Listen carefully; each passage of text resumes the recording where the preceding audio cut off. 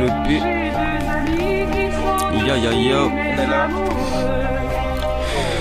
Le temps est bon, je me tire un coup, prédit un coup d'état. Gros, j'ai mille et une idées pour faire de ce monde un monde meilleur. Dans tous les cas, ça ne pourra pas être pire que sous Adolphe Fidel Castro ou leur compéro globes idéaux. Jouer plutôt aux jeux vidéo, merde.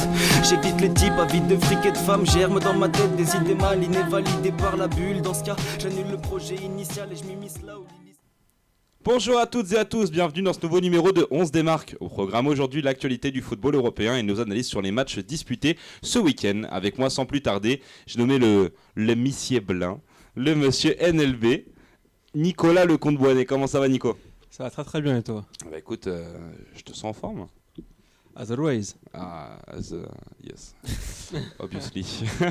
Il n'est pas tout seul parce qu'à côté de lui, il y a évidemment le champion de toute catégorie pour les égalisations en fin de match. J'ai nommé Thomas Bourseau. Alors voilà, c'est simple, la situation est compliquée. 92e, le Fergie Time n'opère pas. Vous l'appelez. Et voilà, il est toujours là pour faire trembler les filets. Ou Comment ça va, Thomas ? Ah, Salut les gars. Je demande la destitution de cet homme juste là. Il a donné un nom qui n'est plus qualifié dans le football depuis 3 jours. Et pourquoi ? Hein ? Pourquoi ?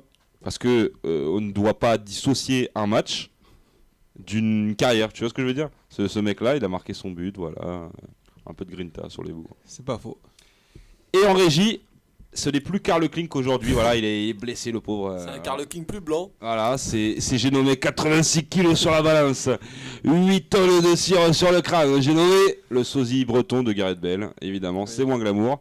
Kevin Henry, comment ça va ? Merci Bruno, merci. Et apparemment aujourd'hui il y a un petit truc qui a changé puisqu'on est filmé apparemment d'après Uncle Tom. Il paraîtrait qu'on est filmé. Innovation technique. Et c'est incroyable. On a découvert la caméra les mecs, c'est trop bien. Vous savez qu'on pouvait se filmer et mettre ça sur internet ? Oh, on est bon, franchement on est bon. Ouais, ça va Bruno, ça va tout le monde là, la forme, tranquille. La forme. NLB il dort aujourd'hui, c'est un truc de fou. Ah mais oui, mais ça, c'est une fois que t'arrives à la soixantaine. Ouais, bah ouais. Enfin voilà, on va parler de choses un peu plus intéressantes quand même. On démarre l'émission avec la première rubrique, le Zoom. Alors, on a choisi Antoine Griezmann. Voilà, forcément le français, il est en ébullition, c'est le terme. Son club est premier de Liga. Il est vraiment en train d'opérer...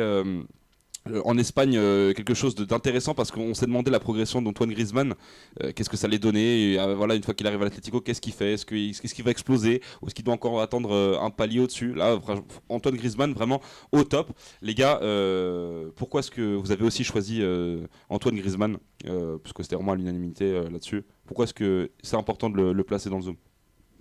Parce que ça fait plusieurs mois maintenant qu'on l'observe. Et Antoine Griezmann, il progresse d'année en année, on va dire de saison en saison. Parce que faut pas oublier qu'il a un parcours un peu difficile avec son recalage à l'Olympique Lyonnais quand il était plus jeune. Et depuis, il s'est refait une santé, on va dire, à la Real Sociedad. Et puis après, là, quand il est arrivé à l'Atlético Madrid, il a commencé vraiment à exprimer tout son potentiel. Et puis, même s'il a eu des débuts difficiles au début avec... Simeone. Excusez-moi. Même s'il a eu des débuts compliqués avec Simeone... c'est tout de suite, ça l'a permis d'avancer. Et puis au bout, à la fin, il est titulaire tout le temps. Il peut jouer dans n'importe quelle position maintenant de l'attaque. Il peut jouer sur le côté droit, sur le côté gauche qui était sa formation. Mais il peut aussi jouer attaquant, buteur. C'est ce qu'il est en train de faire en ce moment. Il le fait très bien. Il le fait très bien parce que là, en Liga, il est à 12 buts en 20 matchs. Il est 6e meilleur buteur du championnat. C'est pas un seul buteur dans l'âme, mais il commence à étoffer son jeu, à étoffer sa palette technique. Sa palette technique. Et comment dire, maintenant il est capable de délivrer des ballons, il est capable de faire des passes décisives, d'éliminer, de marquer des buts. On va dire c'est un attaquant complet et c'est une arme supplémentaire pour l'équipe de France qui veut aller chercher l'Euro à la fin de l'année, quoi. Un attaquant qui va être important. Et si surtout Benzema n'y va pas. Ouais, il pourrait éventuellement, c'est pas impossible, être le numéro 9 de l'équipe de France à l'Euro, même si... A priori, évidemment, ça sera Benzema, voire Giroud si Benzema n'est pas là, mais c'est une éventualité. Gignac ? Ça sera Giroud. C'est une éventualité en tout cas. Je veux dire, ça peut être possible. Bon, ça va dépendre de plein de paramètres différents. Mais oui, en effet, ça fait plusieurs mois qu'il est à un très très bon niveau, qu'il est assez sous-médiatisé parce que... parce qu'il y a des Français qui font plus parler d'eux, comme Benzema et Giroud, forcément, notamment Giroud qui fait tout en parler de lui, que ce soit quand il joue bien ou pas. Et puis Benzema qui réagit bien à toutes ces affaires qui... Tout à fait. Sont tombés dessus. Et ce qui est intéressant, et je pense qu'il y a deux choses. D'une part, c'est qu'il devient de plus en plus polyvalent. Il peut à la fois être très très bon sur l'aile, voire en soutien d'attaquant ou même en pur numéro 9, même si en ce moment il joue à deux en attaque. Donc c'est pas un pur numéro 9 évidemment, c'est pas un pur buteur seul. Et ce qui est intéressant aussi, c'est la gestion de l'homme par Simeone. Récemment, il a déclaré que ça faisait entre guillemets que seulement un an depuis décembre 2015 qu'il était à un très bon décembre 2014 qu'il était à un très bon niveau, donc il fallait pas s'enflammer. Et de deux, il a aussi précisé qu'il le considérait pas encore comme un des meilleurs du monde. De façon à lui faire comprendre que c'est tout neuf ce qu'il vient de dire, ce que tu racontes. C'est juste là, il y a une semaine. De façon à lui faire comprendre qu'il doit continuer à rester humble, à toujours vouloir avoir cette envie de progresser, à être un des meilleurs. Parce que ce n'est tout simplement pas à l'heure actuelle un des meilleurs, mais c'est un très bon joueur naturellement. Et puis il ne faut pas oublier l'épisode qu'il y avait eu avec l'équipe espoir de l'équipe de France. Vous vous souvenez quand il avait que ça remonte. Et ben après quand il est revenu, avec Mvila, quand ils sont tout à fait. Et quand après cette suspension, quand il est revenu, on a l'impression qu'on avait un nouvel homme, un homme beaucoup plus posé, beaucoup plus clair. Il a fait une connerie alors qu'il avançait dans un parcours vraiment professionnel à haut niveau. Et donc avec toute cette suspension là, il a enchaîné les bons matchs avec la Sociedad. Il pouvait pas aller en équipe de France. Ça l'a permis de progresser et de rester dans son coin, de travailler. Et à la fin, il a été récompensé par cette sélection dès son retour. Il est revenu pour la Coupe du Monde et depuis, on a l'impression que cet homme-là, il est là pour progresser et puis il a plus trop de dérapage. Il est beaucoup mieux dans sa tête, on va dire. Et c'est un joueur qui manifestement semble très bien prendre les remarques négatives qu'on peut lui faire ou les recadrages subtils ou explicites. En témoigne donc sa réaction après l'épisode des espoirs, mais aussi la déclaration de Simeone, je crois que c'est en octobre de l'année 2014 où il disait qu'il devait devenir un homme. Des joueurs auraient pu mal le prendre, mettre du temps à le digérer. Il faut un doublé 2 jours après. Voilà, et quelques semaines après, il a commencé à passer un cap, donc très très rapidement. Et là, la déclaration de Simeone, je suis persuadé qu'il va encore une fois très très mal accueillir. C'est pas une déclaration négative, mais beaucoup de joueurs, je pense, après avoir fait un an de si bonne facture que lui fait actuellement, auraient pu attendre qu'on fasse des déclarations plus élogieuses à leur égard. Peut-être. Un mot de plus à rajouter, Kevin, t'as envie de dire quelque chose sur Griezmann ? Oui, non, mais juste pour rebondir sur ce qu'a dit Nico tout à l'heure, Griezmann en numéro 9 en équipe de France, ça serait intéressant. Alors évidemment, moi je verrais plus une doublette Griezmann-Benzema, je vais y arriver, pardon. Mais on sait que Didier Deschamps est assez adepte de son 4-3-3, donc ne changera pas. Pour revenir à ce qu'il fait en club, il a 18 buts, toutes compètes sur 27 matchs. C'est quand même assez extraordinaire. N'oublions pas Martial aussi. Voilà, aussi. Oui, c'est vrai, oui, pardon. Alors, je me souviens contre la Maine, ça avait donné quelque chose. Oui, non, c'est vrai. Si c'est pas Benzema devant, ce sera Giroud devant les gars. Oui, aussi, c'est vrai. Mais non, mais c'était juste mon avis par rapport à ça. Et juste pour poursuivre sur Griezmann en club, c'est vraiment. Donc ce qu'il fait en club, c'est vraiment incroyable. Et il apporte, je trouve, un côté différent à cet Atlético-là, qui est rugueux, une équipe rugueuse, physique, bien en place tactiquement. Et lui apporte cette touche technique. C'est les gars de la mine. Hein. Cette touche technique, de fraîcheur. Et il marque des buts, il est important, vraiment très important. C'est clairement le meilleur joueur du club depuis ce début de saison. Et le fait que Simeone, d'ailleurs c'était hier dans SoFoot, ce qu'a dit Nico par rapport où il ne fait pas encore partie des meilleurs joueurs du monde. Le fait que Simeone dise ça montre aussi l'état d'esprit de cette équipe qui est assez humble. L'humilité, c'est vraiment le premier mot. Et il n'y a pas de star dans cette équipe, tout le monde se bat chacun pour l'autre. Et donc du coup voilà, c'est ce qui fait qu'aujourd'hui ils sont très dangereux et ils sont potentiels capable d'aller chercher cette Liga. Mais comme tu as dit, tout le monde se bat dans cette équipe, mais ils se battent pour l'entraîneur. C'est l'entraîneur qui a mis cette mentalité et cette envie, qui a inculqué, cette envie à ses joueurs. Là, tout le monde se bat pour Diego Simeone. Et franchement, c'est ce qui fait la force de l'Atlético Madrid d'aujourd'hui. Les colchoneros, franchement, ils peuvent bouger n'importe quelle équipe s'ils s'en donnent vraiment les moyens. Après, on va voir en Ligue des Champions dans les vraies phases finales, mais là pourtant, ils sont bien partis. Et ce qui est fascinant par rapport à ça, je rebondis là-dessus, c'est que c'est fascinant de voir que les joueurs répondent toujours aussi bien au discours du coach, qui a l'air quand même assez exigeant, voire énormément, notamment d'un point de vue effort physique et rigueur, alors que ça fait des années qu'il est comme ça. Et Mourinho, par exemple, il dure vraiment plus de 2 ans avec l'appui de ses joueurs au vu de son exigence. Donc c'est une preuve de compétence, de très grande compétence. On en a parlé la semaine dernière. Il y a ça aussi. Après moi, ça me rappelle. Vous savez ce que ça me rappelle ? Ça me rappelle un peu. J'ai vu hier, il y avait l'anniversaire de Guardiola, et c'est vrai que par exemple, quand il y avait une finale Bayern-Barça et qu'il faut une petite gifle à Thiago pour lui dire booste-toi. Non, c'était un Bayern-Dortmund. Et il faut une gifle à Thiago Silva pour lui dire réveille-toi, là tu te réveilles. C'est ce côté un peu très paternaliste avec ses joueurs, très je te montre tes défauts pour te faire progresser, ils le comprennent. Et c'est bien qu'un joueur comme Griezmann ait cette intelligence-là c'est dur à leurs âges de se faire coacher, de se manger autant parce que t'imagines la pression qu'a l'Atlético.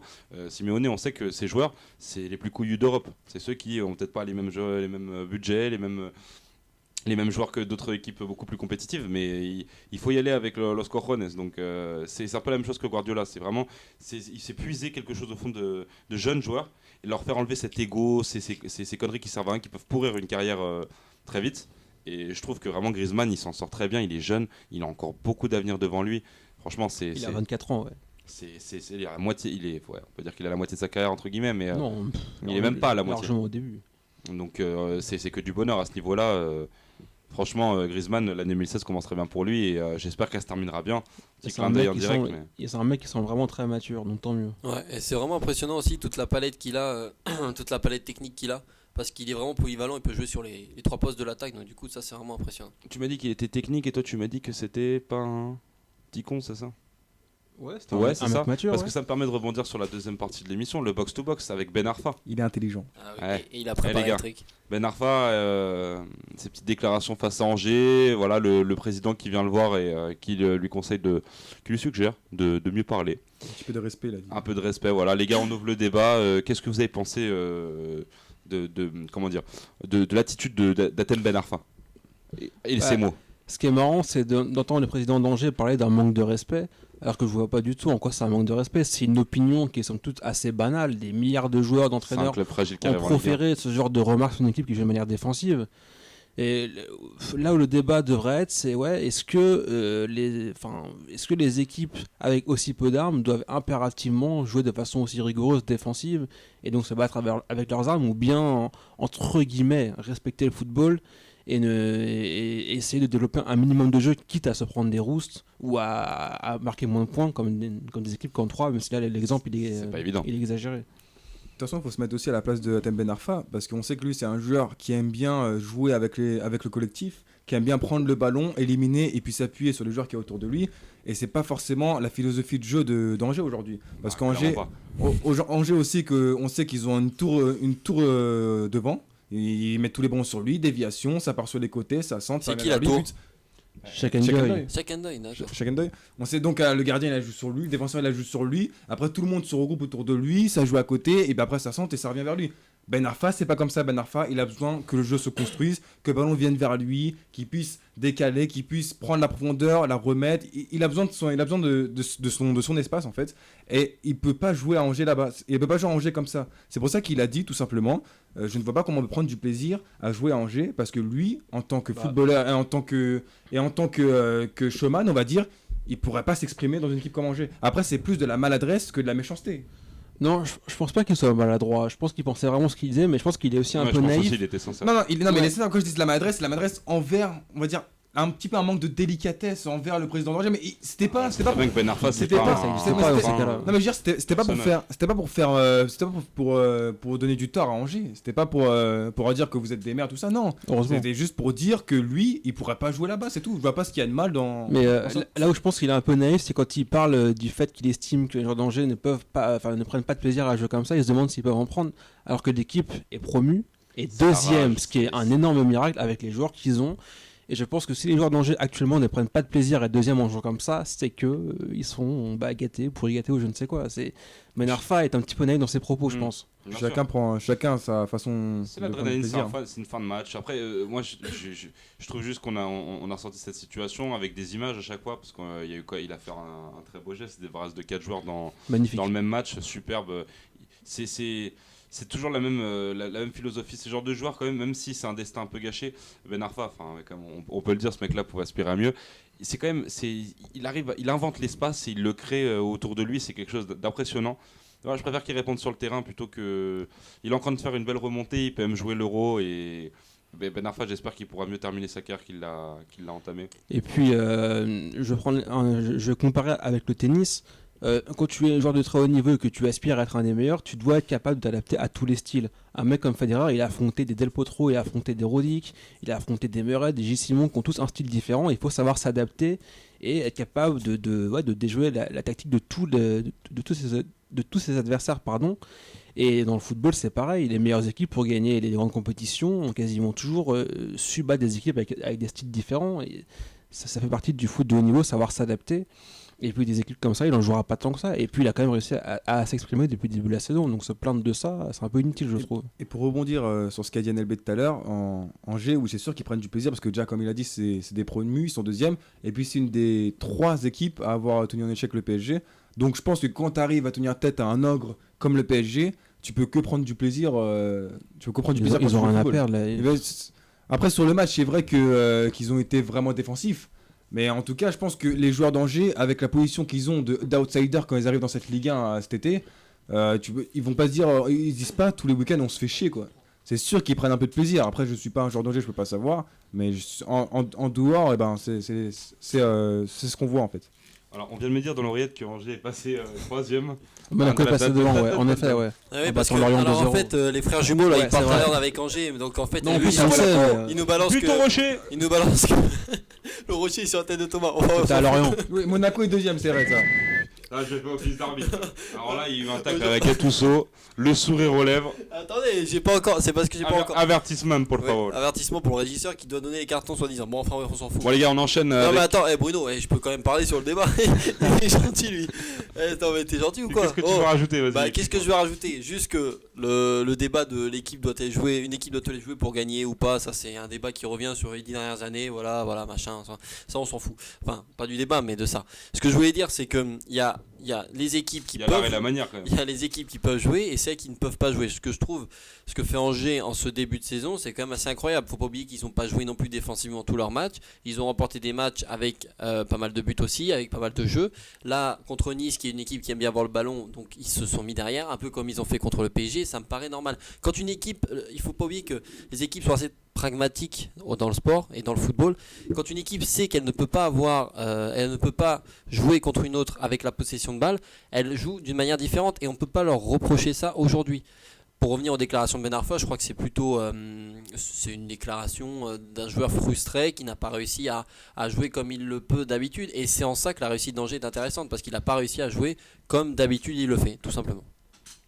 De belles paroles, vraiment. Là, tu t'aurais limite le droit de passer une 8ème fois la balance de Star Wars. Voilà. Ah bah on y va si vous voulez. Alors attendez. Non, calme-toi. S'il vous plaît, non. Je vais vous expliquer. On l'a passé 7 fois parce que c'était le 7ème, donc le 8ème on l'a passé la 8ème fois. Je vais faire une transition légendaire. Non, attendez, juste rajouter un petit truc. Juste pour appuyer ce qu'a dit Kevin, il avait tout à fait raison, parce qu'il y a plusieurs exemples dans l'histoire de la Ligue des Champions, par exemple. On voit l'Inter de Milan en 2010 et l'Inter de Mourinho qui ont fait un non-match contre le Barça en défendant, et à la fin ça marche. Donc oui, pour gagner des matchs, t'es pas obligé de bien jouer au football, parce que sinon personne ne gagnerait des matchs à part les grosses écuries européennes. Mais c'est vrai que Chelsea l'an passé. Après faut savoir ce que tu veux. Soit tu veux bien jouer au football et après en faire les frais en prenant quelques buts à la fin des matchs, ou soit tu veux verrouiller et bien essayer d'aller chercher les résultats. Et c'est comme ça que Angers est 3ème aujourd'hui. C'est tout. Bah oui, le foot est tellement simple quand tu l'expliques, Thomas. Mais tout à fait. Kevin, incroyable. On va passer d'une galaxie à une autre. On enchaîne avec de l'autre côté de l'hexagone avec le Real. Une superbe victoire contre Rijon. Superbe but de Benzema.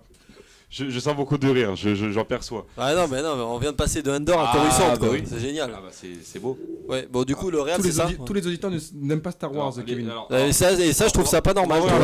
Si les planètes Star Wars devaient être des clubs de foot.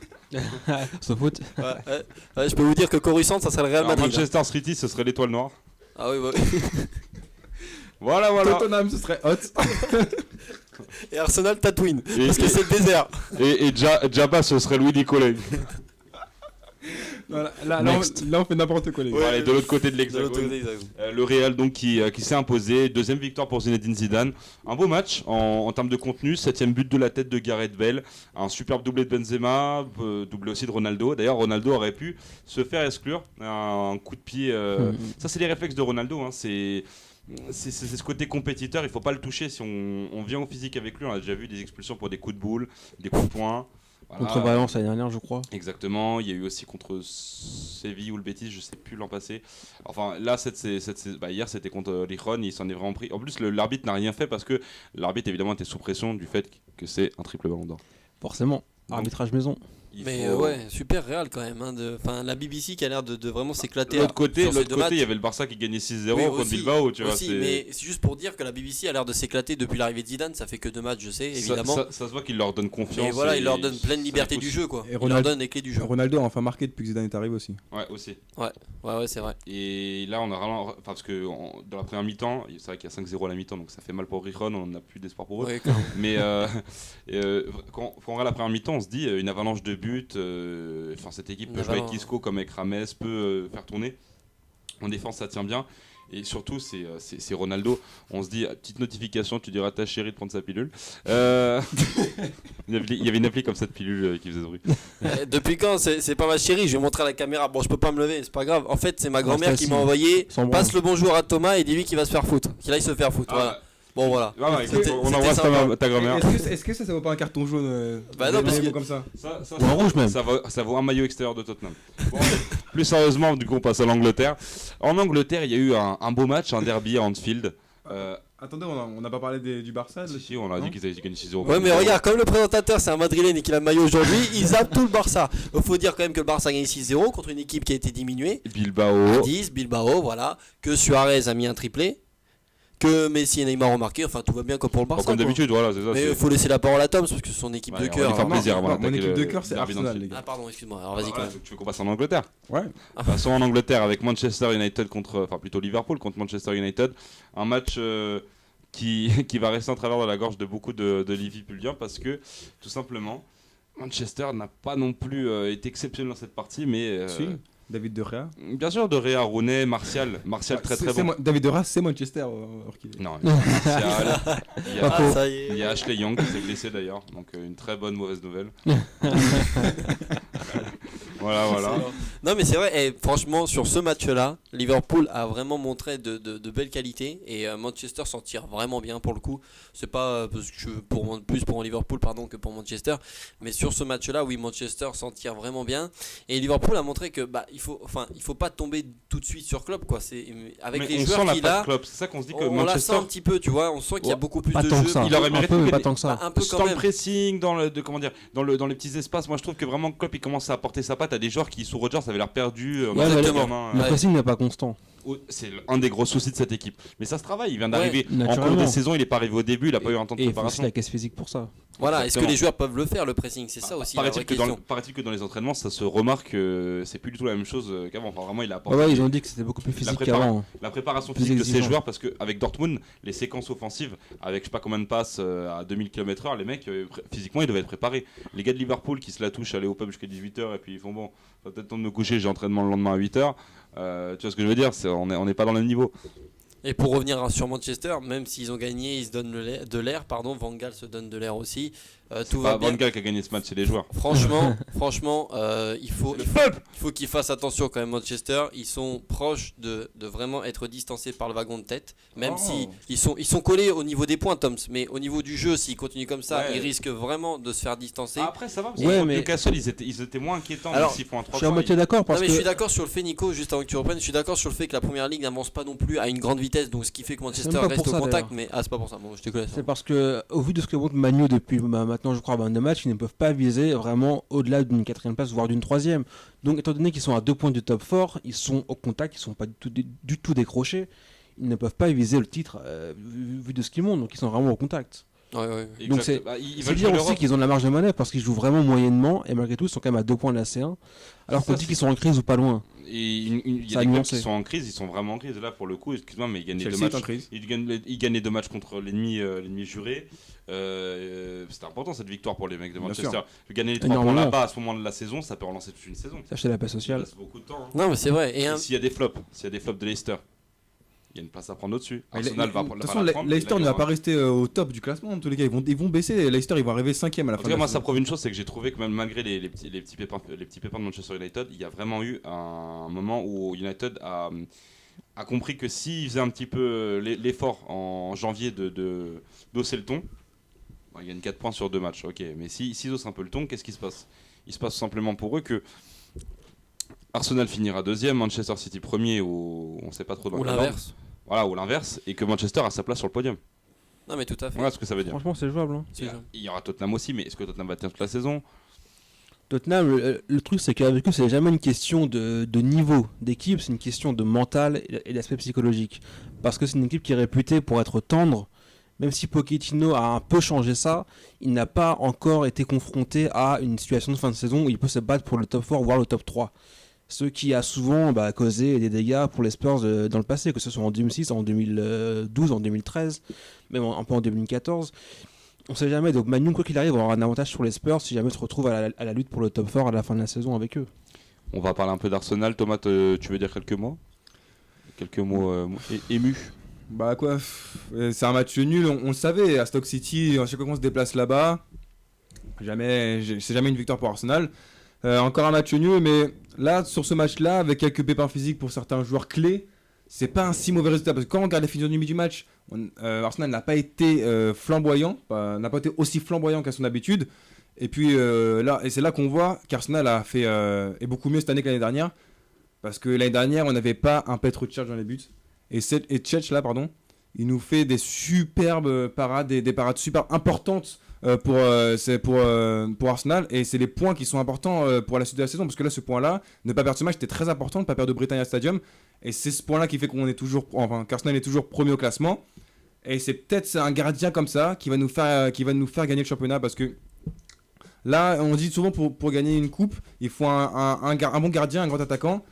On a Olivier Giroud, il plante quelques buts. On a une attaque de qualité. Il y a Alex Sanchez, quand il va revenir, il va être au top. Ozil, il commence à redevenir vraiment au top et être au sommet de son art. Comme il était au Real Madrid, puisque t'aimes bien. NLB, t'as regardé d'une manière quand tu as prononcé le mot art associé à Ozil, c'était beau. Ah oui, mais enfin, bon, on s'en fout. Et il redevient le meilleur passeur du monde comme il l'était au Real. Tout à fait. Et là, Arsenal a une chance avec Petr Cech. Et surtout, on sent que Arsène Wenger commence à trouver la bonne solution, la bonne formule pour que ces joueurs restent dans la course jusqu'à la fin. Parce que, comme disait tout à l'heure Nicolas, Arsenal et Tottenham, ils sont un peu similaires en ce qui concerne le mental de fin de saison, on va dire. Parce que Arsenal lâche souvent le wagon de tête à la fin de la saison. Comme on l'avait vu il y a 2 ans, Arsenal était premier pendant 128 jours, pendant 128 jours. À la fin, ils sont arrivés 4e encore. Ah. Donc là, on sent peut-être que cette année, ils ont peut-être la chance d'aller chercher le titre. On verra bien par la suite. Futur hypothétique. Il y a eu un très beau match aussi en Angleterre.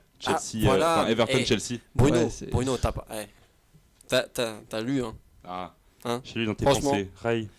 Ben non, parce que en fait, moi, je voulais parler du match qui m'a vraiment, émoustillé. Pas transporté, mais qui m'a fait plaisir, c'est celui de Chelsea-Everton. Alors c'était en même temps que Toulouse-PSG, donc j'ai dû zapper. Mais vraiment super match de Chelsea-Everton. Everton qui menait 2-0. Les buts, je suis d'accord avec vous, ne sont pas exceptionnels, mais Everton menait 2-0. Chelsea est revenu à 2-2. Everton a marqué 3-2 sur un corner, mais absolument. D'ailleurs, le but de Miralas, petite mention, un super but de Miralas, pied gauche. Everton a marqué le 3e but sur un corner, une tête un peu déviée, bon, un gros bordel. Et la matchère de Terry pour revenir au score à la 99e. Il s'est racheté. On voit ça qu'en Angleterre, d'ailleurs, il s'est racheté puisqu'il a mis un contre son camp tout pourri en premier but. Et donc voilà, une petite mention sur ce match-là qui a vraiment, pour moi, été le match de Premier League ce week-end. Moi, je voudrais un peu nuancer les propos de Kevin, parce que lorsqu'on peut lire, même tout simplement lorsqu'on lit les articles des journaux sur les matchs entre Chelsea et Everton, à chaque fois ils nous vendent un match incroyable, un match typique de la Première Ligue, et justement là où ils se contredisent sans même s'en rendre compte, c'est en disant que c'est un match typique de Première Ligue. En effet, ça en est un. Pourquoi ? Parce qu'il y a à la fois du spectacle, des beaux buts, mais il y a aussi du ridicule, des erreurs défensives à foison. Une quantité de passes ratées, pas forcément de fond de jeu de part et d'autre, c'est plus de l'énergie à revendre qu'autre chose. Et on voit bien sur le premier but, c'est un CSC, il sait pas trop ce qu'il fait Terry. Le premier but de Chelsea avec Costa, c'est une erreur défensive. Le second frappe déviée, le troisième de Everton, enfin bon, ça ressemble à la fois à pas grand chose et un bon match anglais. C'est difficile de vraiment juger le niveau d'un match comme ça. On se régale quand on est neutre, mais d'un point de vue... Trois fois le même score dans la même semaine. Il y a eu Manchester-Newcastle. Newcastle-Manu, ouais. Newcastle-Manu. Il y a eu ensuite Arsenal-Liverpool. Non, Liverpool-Arsenal. Liverpool-Arsenal. Et il y a eu ensuite Everton-Chelsea. Et si tu compares ces 3 matchs-là, le meilleur, c'est évidemment un gros duel, gros bras de fer entre Arsenal et Liverpool.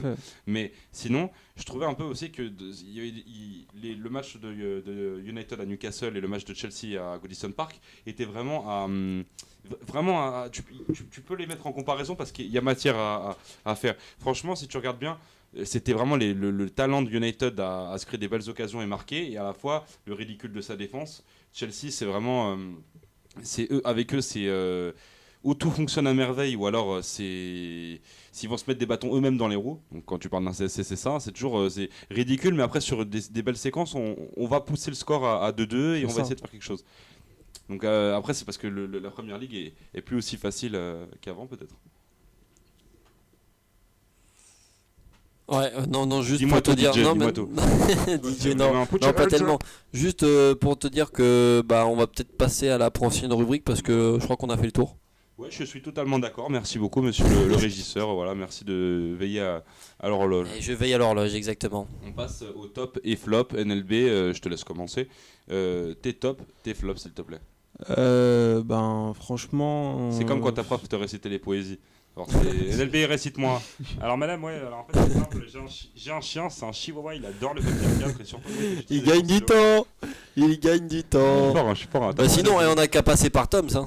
Franchement. Vous voyez comment il y a des gens qui préparent l'émission comme moi. Et c'est incroyable. Et d'autres qui viennent les mains dans les. Voilà. Mais ce qui est bien avec la cam, c'est qu'on peut voir qu'on n'a aucune fiche sur nos tables. En top, je mettrais. En top, là, c'est vraiment un truc vraiment très perso, mais je mettrais Agüero qui, désolé Bruno, mais contre Palace, qui a délivré la passe pour Silva sur le. Non, Agüero, c'est la première fois. Ah oui, bien sûr. Qui a délivré une passe D pour Silva sur les derniers buts alors qu'il aurait pu inscrire un triplé. Et c'est vraiment la classe parce que non seulement c'est un buteur qui est assez égoïste en général, qui pouvait inscrire un triplé alors qu'il n'était pas dans sa meilleure période. Et aussi en top parce que c'est une marque de respect pour un joueur qui respecte énormément. Il fait sans cesse des passes. Voilà, et c'est vraiment ces deux joueurs qui se respectent beaucoup et c'était vraiment très très bien de le voir. D'ailleurs, quand Silva a marqué, il s'est directement dirigé vers Agüero. D'ailleurs, c'est aussi le Silva, c'était vraiment sympa à voir. Et alors, par contre, comme flop, je ne sais pas trop, franchement. Non, j'en ai pas cette semaine. T'en as pas ? Non. D'accord. Vous êtes éliminé. Merde. C'est le maillot faible, au revoir. Pam, pam, pam. Thomas, tes top, tes flops, c'est maintenant en direct. Fais bonjour à la caméra parce que nous sommes filmés, je vous rappelle, Bonjour. pour ceux qui viennent d'arriver.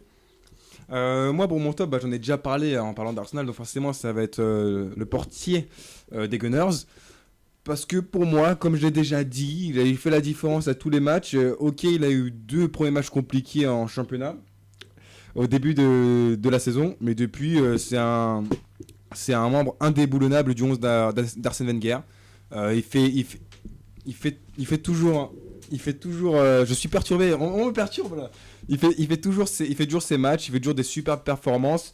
Et c'est un des meilleurs joueurs d'Arsenal. Après, au niveau du flop, je suis un peu tiraillé parce que j'ai regardé un match le week-end. Il m'a vraiment pas donné envie de continuer de regarder le football. C'était le derby rhodanien. Alors Ça donne envie sur le papier. Le petit. Franchement, non, parce que comme on dit chez moi, ça a de la gueule. Hein. Non, parce que, attendez, au match aller, on a quand même vu un très beau 3-0 avec d'un match qui a été engagé, tout ça. Mais là, jusqu'au but de Söderlund, c'était vraiment pauvre. On a eu un Olympique Lyonnais qui a essayé de jouer comme il a pu, avec les problèmes qu'on le connaît, c'est-à-dire un manque de résultats criants, à part contre 3 récemment. Donc il était un peu crispé, qui jouait un peu avec le frein à main, on va dire. Alors là, par contre, le Saint-Etienne, ils ont fait un non-match. C'était totalement ridicule, je comprends pas, c'était chez eux, ils n'ont rien proposé, ils n'ont rien démontré. Le but qu'ils mettent, c'est parce que c'est à cause d'une erreur de notre Corentin Tolisso national qui récidive, parce qu'il en a déjà fait une au match de l'année dernière, qu'on avait laissé le ballon en ratant le ballon. Ouais, ça. Au 3-0, je crois, Guichard. Tout à fait. Donc voilà, c'est un peu une occasion qu'ils se sont créés eux-mêmes. Ils ont été un peu inexistants et les 3 points sont plus que de la bonne réussite pour eux. Hein. L'important, c'est les 3 points. Merci, monsieur. Et en fin de compte, j'ai un flop, ça concernera le public de Stoke. Je sais pas si vous vous souvenez, mais c'était en 2011, si je me souviens bien. Aaron Ramsey s'était fait défoncer la jambe par Ryan Shawcross au Britannia Stadium. Mais c'est parce que ça, à chaque fois qu'il marque, il tue des célébrités. Ok, mais donc il avait reçu une double fracture tibia-péroné. Et depuis ce jour-là, alors que Ramsey avait bien réagi, il n'avait pas insulté Shawcross, il se fait chambrer, insulter, moquer par les fans de Stoke à chaque fois qu'ils se rendent au Britannia Stadium, alors que dans l'histoire, le méchant, le fautif, c'est Ryan Shawcross. C'est un pur manque de classe, d'intelligence de la part des fans de Stoke. Ok pour le chambrage, pour les moqueries, mais là par contre ça va beaucoup trop loin. On parle d'une fracture double tibia-péroné de la part de Shawcross. Et continuer à se moquer de Ramsey qui n'a rien demandé, qui ne s'est jamais énervé, qui n'a jamais insulté les fans de Stoke ou Shawcross, c'est complètement stupide. Et Wenger s'en est plaint ironiquement, et je le comprends, c'est absolument ridicule. C'est une belle leçon de vie. Mais moi, Aaron Ramsey, c'est bien fait pour sa gueule. Hein. Moi, je te le dis, juste, il a chopé à la gorge Schweinsteiger une fois dans un match. S'en fout. Dans un match opposant Arsenal à Manchester. Un mec comme Schweinsteiger, tu le chopes pas à la gorge. C'est quoi ? C'est le karma bien fait pour ça. Mais avec Shawcross, il n'y a rien, avec Stoke aussi. Ça le privera de 2 ans de FIFA. Tiens. Mauvaise foi. On enchaîne avec l'homme à la coupe brillante. L'homme qui... Aux cheveux plaqués. Aux cheveux plaqués, un gangster, on ne sait pas trop, entre Chicago et Boston. et Naples. Je prends Naples alors parce que Chicago c'est vraiment une ville poubelle. Pour vous, donc moi mon top ça va être David De Gea, gardien un David autre top. Silva Non, David Silva certainement pas. David De Gea. Sorry, it's qui- close Sunday. qui- Close on Sunday. Excellente publication ça. Je suis d'accord. David De Gea qui a été extraordinaire donc dans ce derby Liverpool-Manchester avec il a tout simplement gardé son équipe dans le match, voilà. Et c'est un peu le meilleur joueur, comme l'a dit Tom au début de l'émission, c'est certainement le meilleur joueur de Manchester United depuis ce début de saison, avec l'intégration de Martial qui reste quand même assez surprenante. Et donc du coup voilà, petite mention à David De Gea qui a vraiment fait des arrêts, qui fait partie, David De Gea, peut-être un peu sous-estimé, je ne sais pas trop, mais qui fait partie des 4-5 meilleurs gardiens du monde en pour tout cas, moi pas en actuellement. Angleterre. Là-bas, il est très respecté. En tout cas pas en Angleterre, oui, mais je parlais plus. Mais c'est vrai qu'en France on en Non, parle peut-être ouais. pas assez. C'est vrai qu'en France on en parle peut-être Donc, pas assez parce ouais. que c'est un super Mais gardien. en même temps, en France, l'Angleterre, on s'en branle entre guillemets, la caricature, mais en France, on pense que le c'est un gardien moyen, c'est dire. Ça veut tout dire. C'est vrai. Et donc du coup pour mon flop, je vais je vais mettre comme flop. Je vais mettre Paris parce que je vais pas les mettre souvent, donc je vais les mettre aujourd'hui, qui a fait un match qui m'a obligé à zapper pour aller voir Chelsea Everton, c'est pour vous dire. Oh, Donc, le supporter. Et franchement, qui a fait un match. C'est Ça honnête, va, comme NLB. discours, il y en a peu qui l'auraient avoué. Eh oui, il y en a. Non mais Tu qui. zappes toutes les 3 minutes quand tu regardes Tottenham, tu l'avoues pas. Connard. Voilà. Après, tu dois attendre des buts, et surtout les beaux buts. Ah, voilà. Yellow card. C'est un- L'esprit de Karl arrive sur le plateau. Quattro uno. Comme l'a dit Thomas, je traduis, c'est un carton jaune pour NLB. Un carton jaune. Et donc, si je peux finir mon flop, Vas-y, donc fais. PSG qui a rarement raté un match cette année, qui rate son déplacement à Toulouse. Bon, voilà, on peut comprendre, succession de matchs. Voilà, les Serge Aurier. Et Serge Aurier, le capitaine de Sevran, voilà. Non, mais voilà.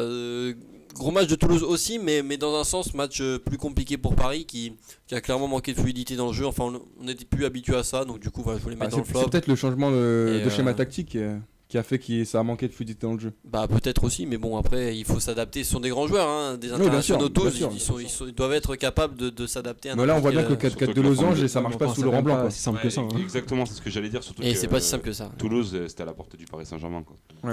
Oui, Ils non, ont gagné non, 1-0 sans prendre de but une nouvelle fois. Voilà, une nouvelle Bravo. fois. Le Bah, résultat malgré est tout. fait. Le Paris Saint-Germain est avec 57 points, 21 points d'avance sur Monaco. La Ligue 1 est déjà terminée. Rendez-vous en Ligue des Champions contre Chelsea pour les 8ème de finale au bar à Bruno à Levallois. Merci. Agnières-sur-Seine. Bien sûr. Ah merde, du coup ça Bim. marche pas mon truc. Bon c'est pas grave, on s'en fout. C'est pas grave. Bon Bruno, top et flop. Alors le top, je vais prendre Wayne Rooney, évidemment, Ah bon parce que après un tel exploit en field, ce but de la rage, le but de...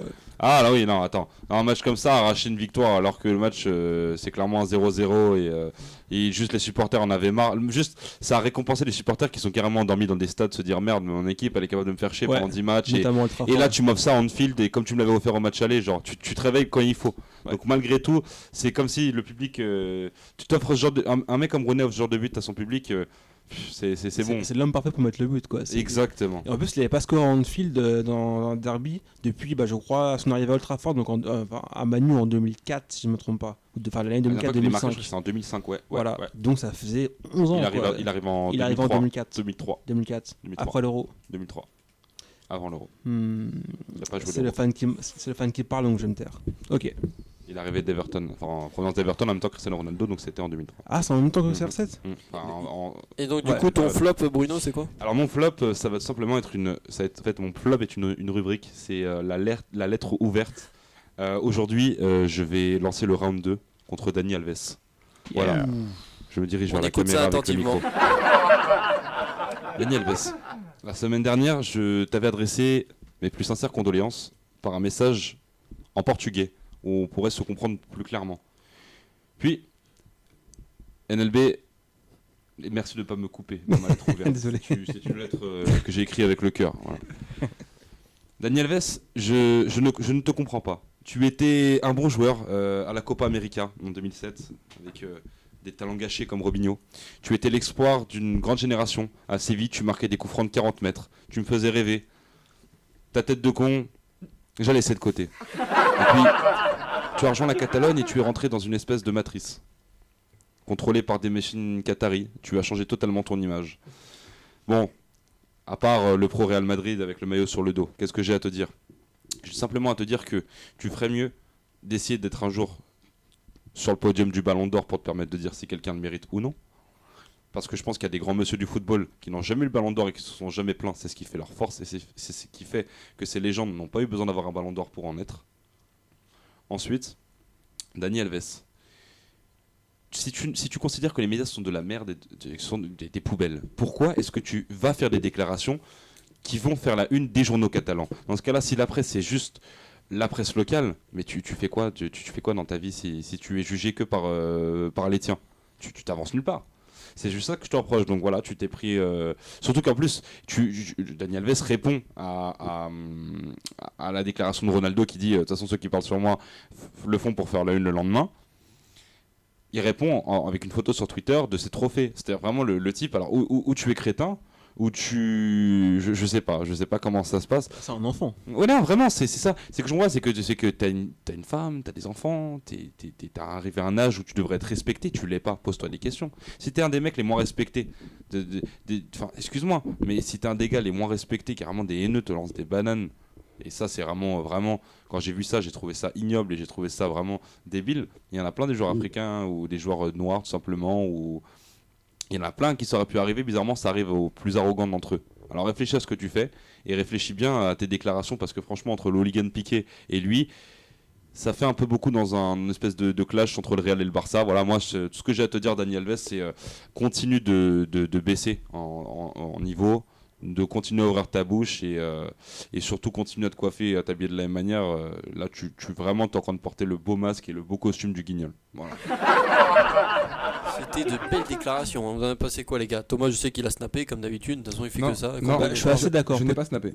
Ah, d'accord. Peut-être qu'il a un poil subjectif parce que c'est un fan du Real, peut-être. Mais franchement, il y a beaucoup de vrai dans ce qu'il dit. Je l'aimais beaucoup, moi. Et c'est quand même un sacré hypocrite. J'oublie pas l'espèce de but qu'il met à Ronaldo, petit pont, l'espèce de frappe super loin dans les classicos. Dani Alves avec Messi les deux ensemble, c'est une des meilleures. Franchement, c'est un des meilleurs duos que j'ai vu de ma vie. Malheureusement. C'est parfois comme ça. Il y a des joueurs qui ont une personnalité tellement irritante, sont tellement arrogants, qui te gâchent le plaisir de le voir sur le terrain. Ouais. Voilà, il y a des mecs, c'est des crétins. Ouais. Il y a des mecs, franchement, tu les écoutes en conférence de presse, rien dans le crâne et sur le terrain, on dirait des génies. Bah, Busquets, par exemple, c'est un super joueur. Sur le terrain, c'est un des tout meilleurs 6 au monde, si ce n'est le meilleur. Il est respecté, réputé. Exactement, mais par contre, il a une tête de con. Il est bislard. Il est con. Ah oui, il est con.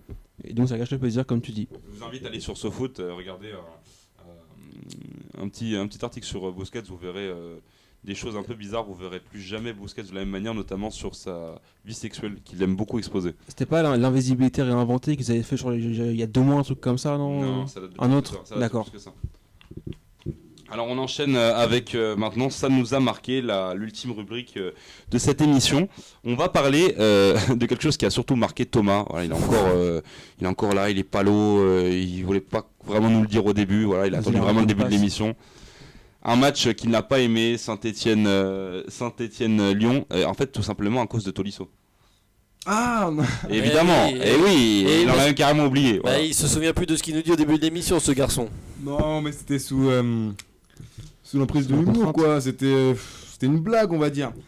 Non, parce que comme vous le saviez peut-être, Tolisso c'est un peu la tête de Turc, la tête de Turc des médias, mais aussi de l'AS Saint-Etienne. On sait qu'il y a une grosse rivalité entre les deux clubs, que beaucoup de joueurs se sont fréquentés dans les lycées, dans les collèges des deux équipes. Et on sait qu'il y a des antécédents, il y a des trucs qui se sachent entre les deux clubs. Et Tolisso, on sait qu'il avait une carrière difficile parce que dans les derbys rhodaniens, il se met un peu dans l'embarras avec les petites glissades et les petites passes décisives qu'il donne à l'adversaire.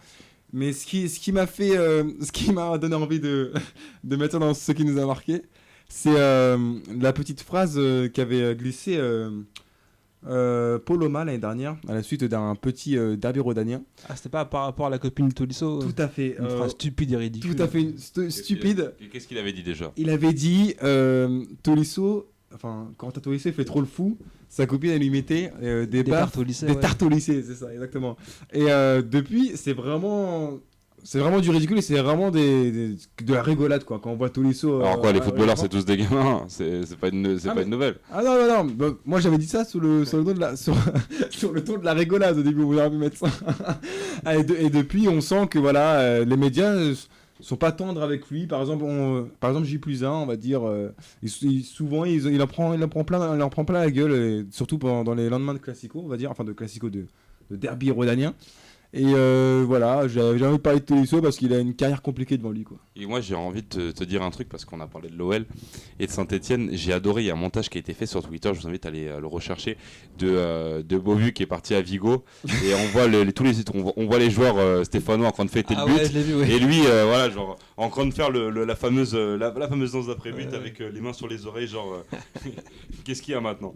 Vous le voyez à l'écran de toute façon à ce moment-là. Ouais. Et pour agrandir un peu sur ce qui nous a marqué par rapport à Thomas, moi j'ai beaucoup aimé l'enquête de foot qui a été faite par Canal+ sur le derby Lyon-Saint-Etienne. Juste c'était les 7 jours sportifs ou ça se passe comment l'émission? Non, absolument pas, ce n'est pas un programme, je ne fais pas la publicité pour Canal+ qui semble en pleine déroute. Non, bon voilà. Non, parce qu'ils ont viré Thomas Touré. Exactement, voilà, et tu sais Putain, pas lui. Ça nous a marqué. Ça nous a marqué. Et tu connais mon amour pour Thomas Touré, voilà. T'aimes Thomas. Et pendant ce temps Ça va pas. C'est mon enfant. Non mais tout ça pour revenir donc sur l'enquête de foot de Canal, qui a montré vraiment la très belle, Quand tu veux. la très dure rivalité entre Lyon et Saint-Etienne, et qui nous a montré que ce derby est probablement la plus grosse rivalité en France aujourd'hui, au-dessus d'un PSG Marseille, au-dessus d'un autre match.